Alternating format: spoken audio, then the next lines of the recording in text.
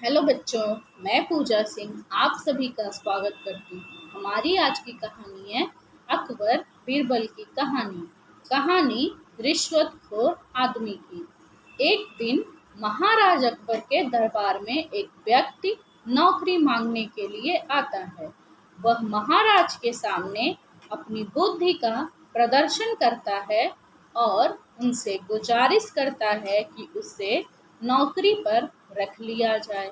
महाराज अकबर भी बहुत ध्यान से उसकी बातों को सुनते हैं और उसकी बुद्धि की परीक्षा लेने के उपरांत उसे टैक्स वसूलने का अधिकारी नियुक्त कर देते हैं।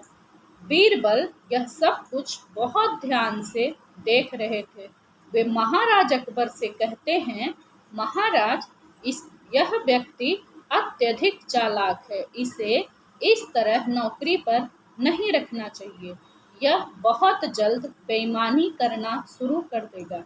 परंतु महाराज अकबर बीरबल की बातों पे गौर नहीं करते हैं।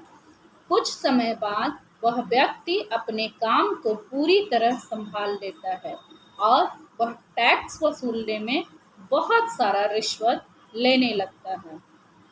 एक दिन एक आदमी उसकी शिकायत लेकर दरबार में हाजिर होता है, परंतु मामला ज़्यादा गंभीर न होने के कारण महाराज अकबर उस पर ध्यान नहीं देते हैं।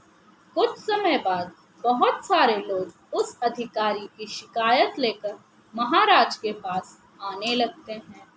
महाराज सोचने पर मजबूर हो जाते हैं। महाराज अकबर फैसला करते हैं कि उस व्यक्ति को अस्तबल का मुंशी नियुक्त किया जाए, जहां वह घोड़ों की लीद उठवाएगा। लीद यानी कि घोड़े की पौटी। अब उसे अस्तबल का मुंशी नियुक्त कर दिया गया। जब वह व्यक्ति अस्तबल में अपने पद पे पहुंचा, वहां घोड़ों की रखवाली करने वालों से कहता है कि तुम लोग घोड़े को कम दाना खिलाते हो, जिसकी वजह से महाराज ने मुझे घोड़ों की लीद उठाने के लिए भेजा है।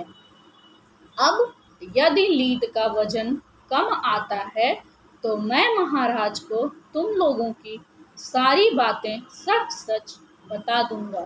बेचारे भोले भाले रखवाले उसकी बातों से डर जाते हैं और उसे प्रति घोड़ा 1-1 रुपए देने को तैयार हो जाते हैं।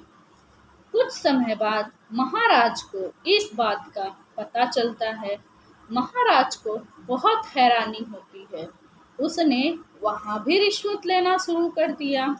महाराज सोचते हैं, अब की बार इसका तबादला ऐसी जगह करूँगा जहाँ इसे रिश्वत लेने का कोई रास्ता ना हो। महाराज अकबर उसे यमुना नदी की लहरें गिनने का काम दे देते हैं। वह व्यक्ति वहाँ भी अपना दिमाग दौड़ा लेता है। वह नाव वालों को रोक रोक कर कहता है, मैं यहाँ यमुना नदी की लहरें गिन रहा हूँ, तुम लोग यहाँ से नहीं जा सकते हो।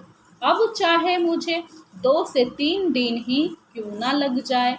बेचारे नाव वालों को रोज की तरह अपने काम को करना था, सो वे खिंच कर उसको प्रति नाव 10-10 रुपए देने को तैयार हो जाते हैं। महाराज अकबर को यह बात पता चलती है। उन्हें बहुत हैरानी होती है। वो कहते हैं, यह आदमी कभी नहीं सुधरेगा। यह जहाँ भी जाएगा कोई ना कोई रास्ता रिश्वत लेने का निकाल ही लेगा। इसे तुरंत नौकरी से निकाल दिया जाता है। कहानी बस इतनी सी है, मगर सीख बहुत बड़ी है। रिश्वत लेने वाला आदमी कहीं भी हो, वो रिश्वत लेने का कोई ना कोई जुगाड़ लगा ही लेता है। कभी प्यार से, कभी डरा कर, तो कभी धमका कर।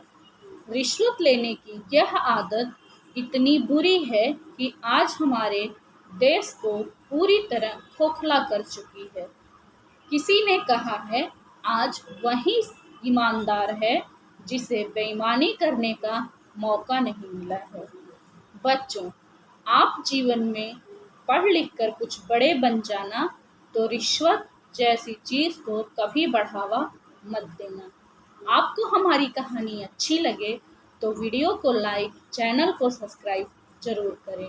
और हाँ, हमारी कहानी आपको कैसी लगती है, इसकी प्रतिक्रिया आप कमेंट बॉक्स में ज़रूर दें। बाय।